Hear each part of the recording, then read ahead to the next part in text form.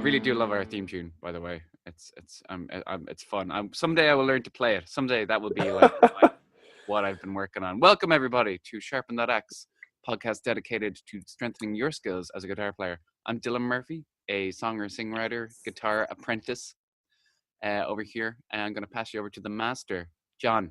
Ooh, the master. That might be a bit of a stretch.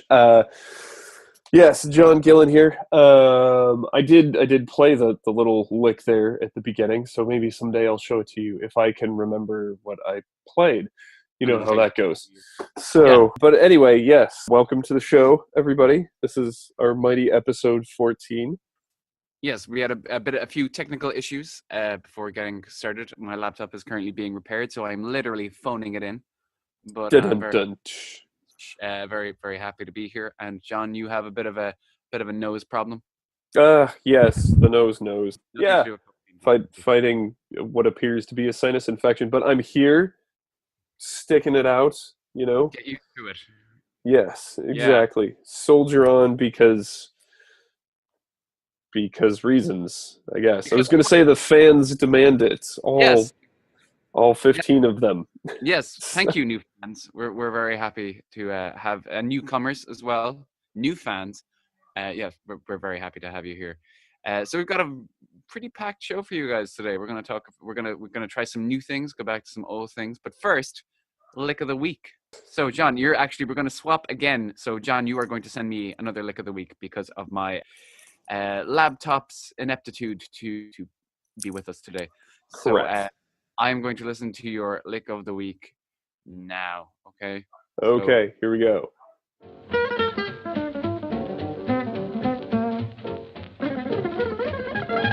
Okay.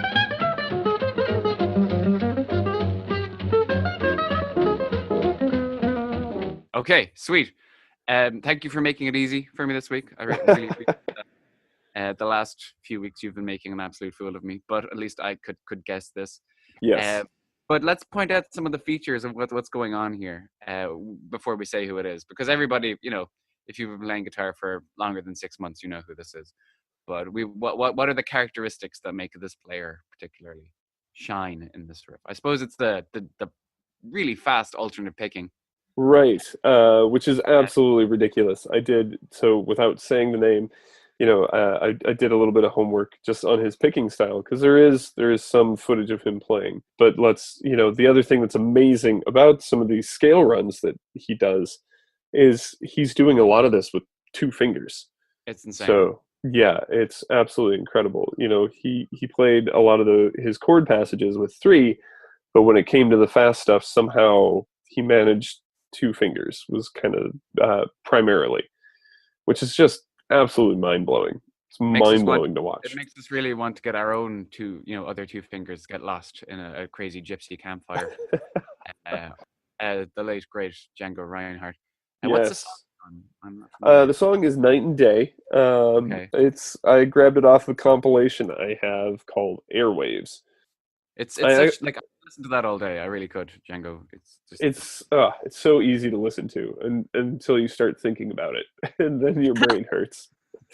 I remember when I was in a CD store before, and 2 people came down, and they were like, "We're organizing some kind of, 1920s French themed party."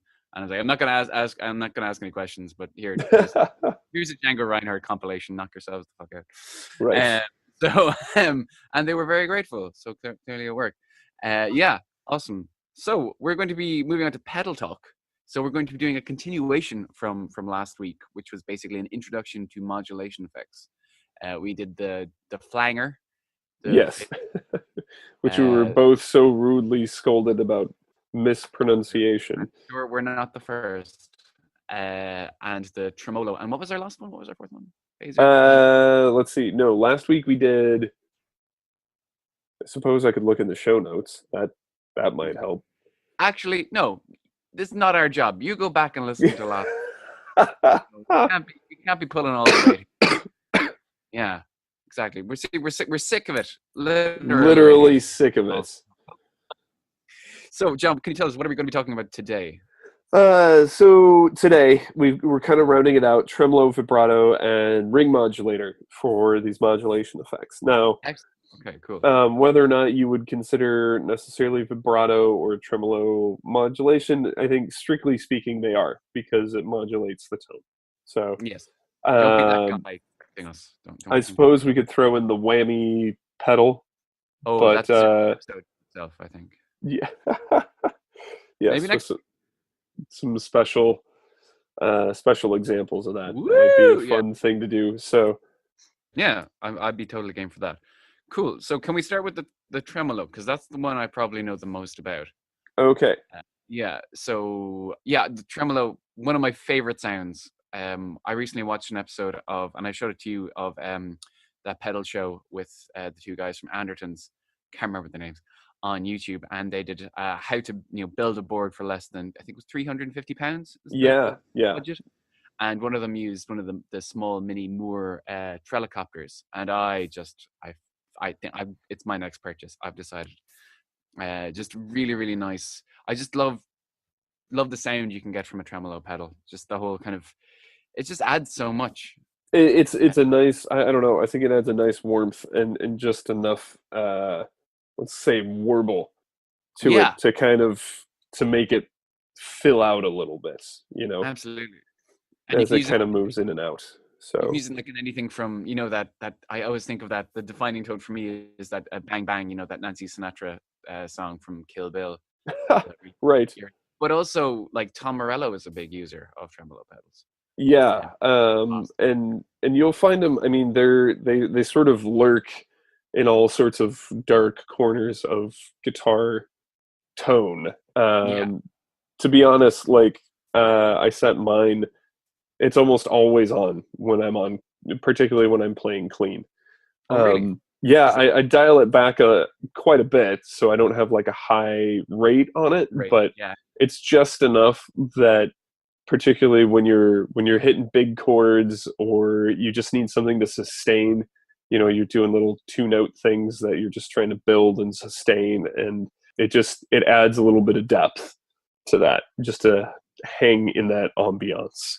Yeah. So There's so many like famous uses. One of my favorite ones, I went back, of course, sad passing of Chris Cornell. I went back and listened to the Audioslave first album, and such a good album, actually. yeah, it is.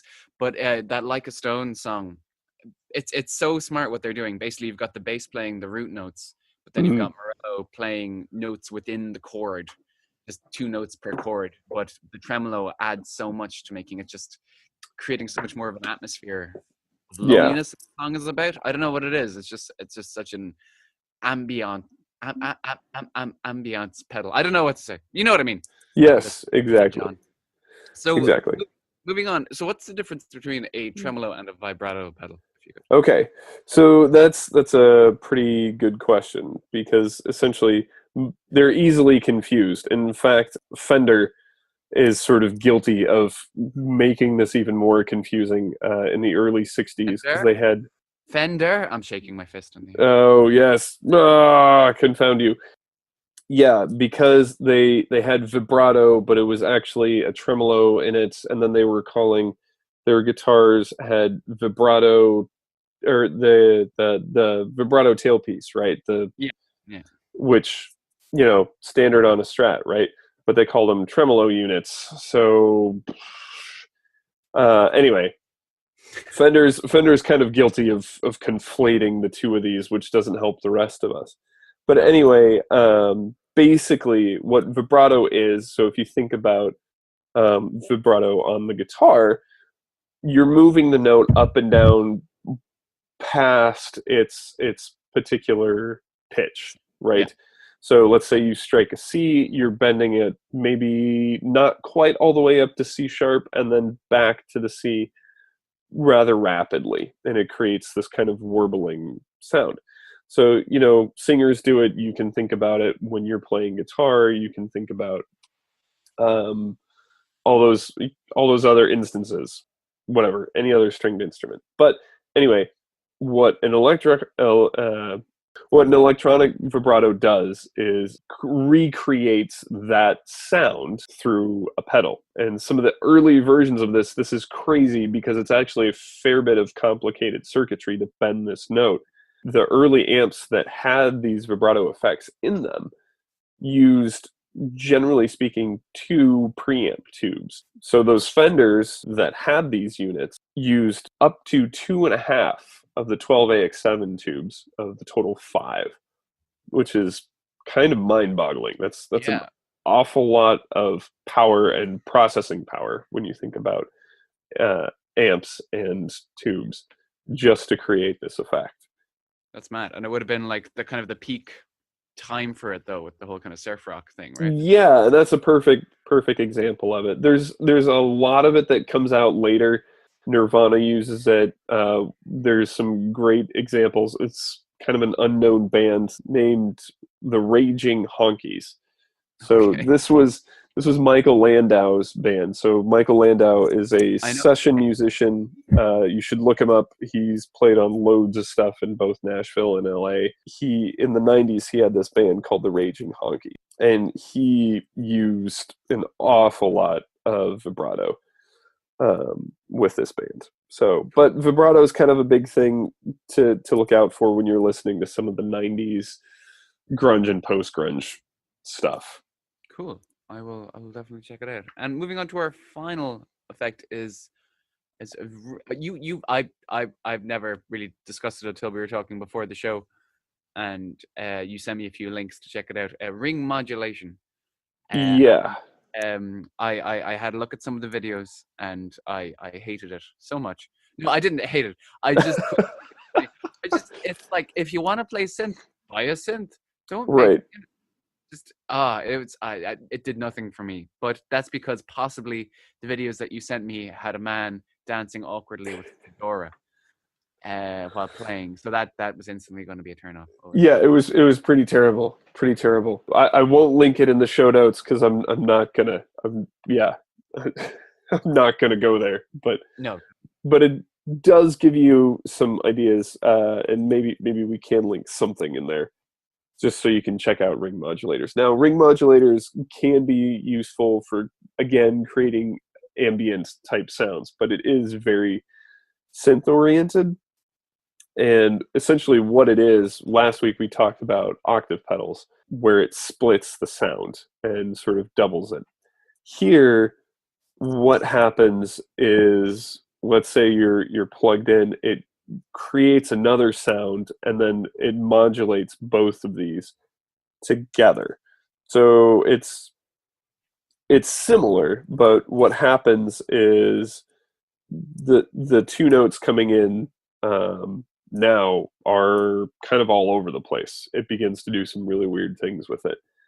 And it does sound very much like a synth. Another example of this, something similar to it, is the Electro Harmonix Pog in MicroPog, which is similar to an octave pedal, but it incorporates some of these same features and circuitry that a ring modulator would. Love Tone's Ring Stinger is kind of one of the classic examples of this thing. I think Moog makes some Probably. as well. I'm a huge fan of everything Moog does because it's so well done. Yeah. And it does very much have that analog synth sound to it. If you feel the need for your guitar to sound like a synthesizer, like Alan Holdsworth did, God rest his soul, then, a ring modulator might be a way to go. Yeah. So, You're that way inclined, you freak. No, I'm joking. yeah, exactly. Just buy a synth. And then you can wear a fedora and Yeah. use it with a looper. And people can hate you. Yeah. Okay, so we're going to try something for our next segment of the show. We're trying something a bit different. We've been talking a lot about guitarists that we like and, YouTube channels and whatever, but we're going to actually try and bring it back to actually technique and improving technique. So we're going to be starting a new series for the next few weeks. I was trying to think of a name. I was trying to think like the technical side of technique or something like the techniques of technique. Techniques of technique. We'll go back to the drawing board on that. But basically, or feel free to comment or submit a suggested title, and we'll give you a shout out because we will absolutely shout out. All about the shout outs. So basically, what the series is going to do is we're going to take a simple technique and we're going to break it down into what it's best used for, genres, players, etc. So we thought maybe this week a good one to start off would be vibrato, which it's so important. I remember one of my first lessons with a guitar teacher was like when you start playing lead, just the importance of vibrato. Oh, Because it God can be bless your guitar teacher for that. absolutely.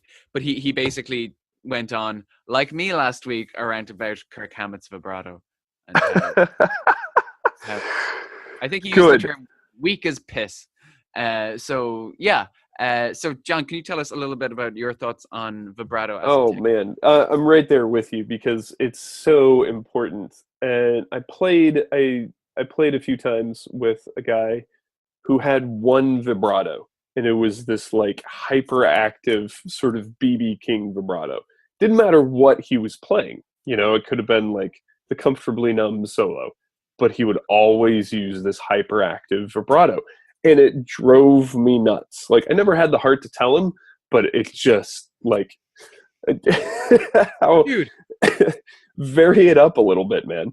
But it's tremendously important. And like I said, bless your guitar teacher for slowing you down and being like, hey, this is what it is, because there are several different types of vibrato, and it's so important that you begin to get a handle on it early. It is something that you can spend the rest of your life trying to perfect, and to be honest, it would not be ill spent. oh, okay, very good. So That's can you just give us a brief run through before we move on to players besides BB King yeah. and Kirk? Like these different types of vibrato. Yeah, so I sort of take the Steve Vai approach. There's basically three types of vibrato. There is a classical vibrato, which is just sort of rocking the finger back and forth on the fretboard. There is the rock vibrato, so this would be the typical bending the string up and down perpendicular to the fretboard. And then the last one being the circular vibrato. Now, this is not really a common one. This is one that Steve Vai talks a fair bit about, but it is essentially moves in a circle, if you think about it that way. So, With his massive hands. Yes. Okay. yes, exactly. You move forward on the fret as you're, yeah, how to put that, as you sort of pull Just down, and you you move do it it. you move it in a circle. That's basically the best way to put it. Cool. So maybe we should finish a little bit on players or just examples of vibrato. I suppose BB King is probably one of the most famous ones. Yeah, exactly. So BB King's vibrato, fantastic, and he definitely. I know I just said like he has a sort of hyperactive sound to it, but it works for what he does, and he puts it in the right place every single time.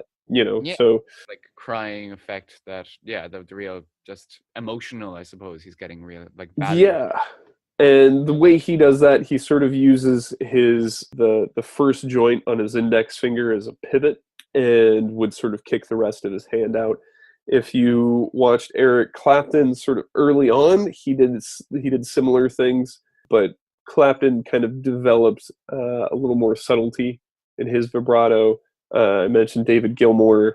Yeah. There's a great example of someone who can use it well, and there's So a depth of expression, I think, in David Gilmour's vibrato. yeah, And two then players. when Yeah. go ahead. Oh yeah, two players that I think of. A friend of mine said that he went to see Buddy Guy at a festival a few years ago, and he said that he could watch Buddy Guy play. This is a guitar playing friend of mine. He said he could watch Buddy Guy play one note for like an hour. Just like just the amount of because it can add this level of depth, you know, that can be really Absolutely. yeah. And another one is for me, it's Angus Young. Just his vibrato is insane. Just the start of the Let There Be Rock solo where he's just shaking all the notes. Oh, it's so good. Right. Uh, just so good. That would be people to check out if you don't know any good vibrato players because it's really important to kind of listen to the masters. It Uh, is. It is. Well, and then like I said, Steve Vai and his circular vibrato, and I spent some time with that, and it's a different technique in it, but it does create a very different sound.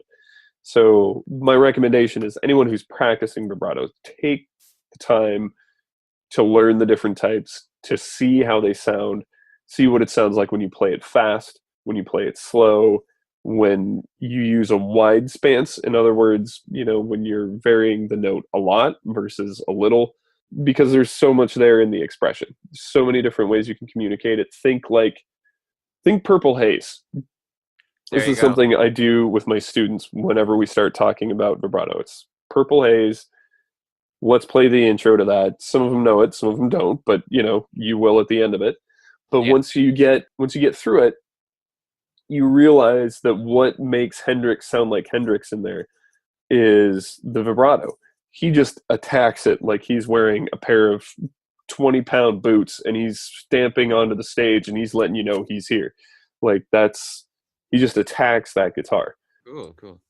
But if you change it up and you add like a classical vibrato to it, you play it at the same speed, you play it with everything else, and then the whole thing just changes. The whole attitude of that opening lick changes.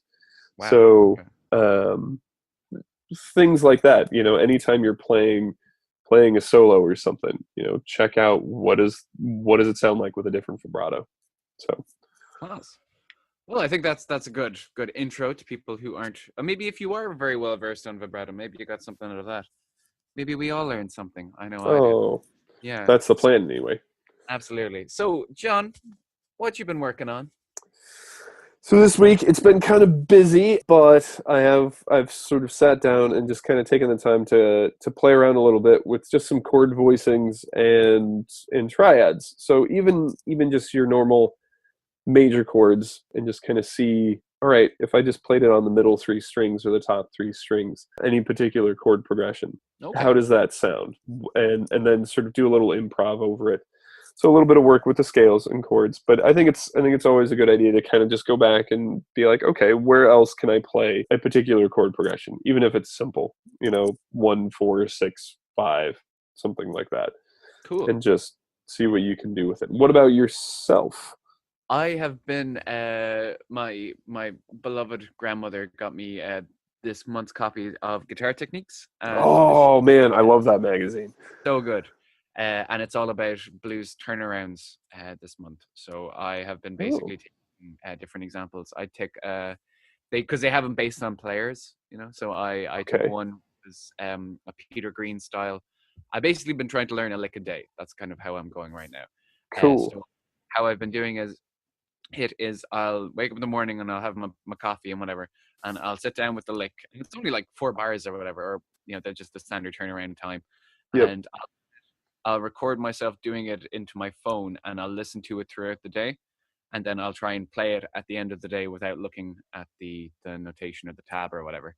And Cool. then I'll try and remind myself of it the next day. So I've been doing that for 3 days in a row. So I've been doing a Peter Green one, a Stevie Ray Vaughan one, and a T-Bone Walker one, all very different. But it's cool just to get like little techniques of knowing what notes fit in within the 1 4 5.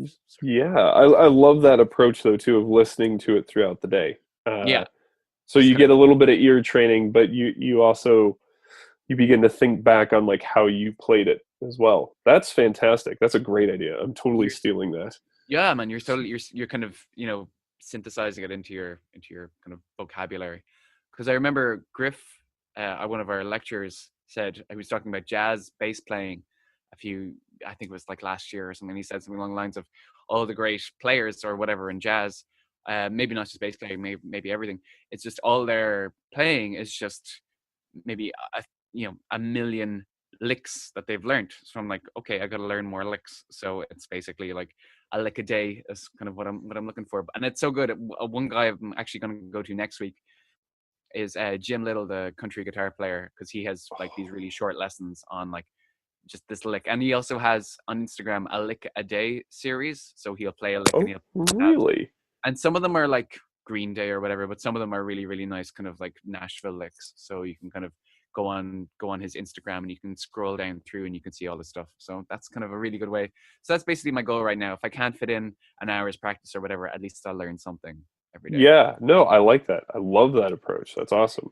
Absolutely. And what I've been listening to is kind of a mixture of things right now. I'm going to see the band that I did that paper on. I'm going to see Future Islands this evening. Oh, Uh, sweet. yeah, and I'm going to see Alt J next week. Not really a guitar What? band, but yeah. So kind of yeah, man. Summer's good.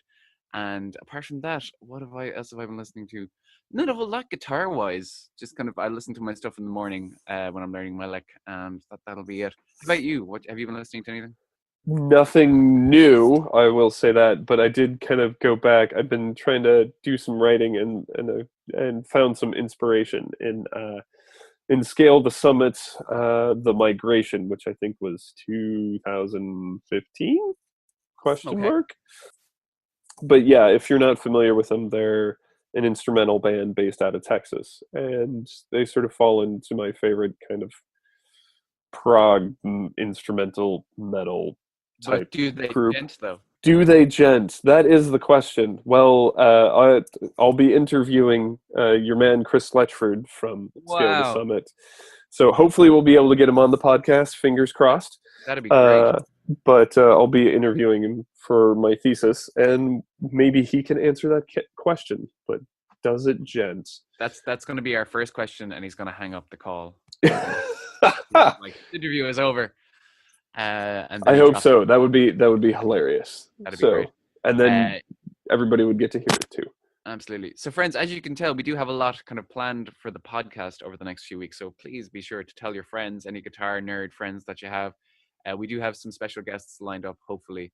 If you want to listen, a few episodes back, we had Ryan Kershaw on talking about his book, Using Your Buzz to Play Guitar. That was a really good interview. We've gotten a lot of good feedback about that.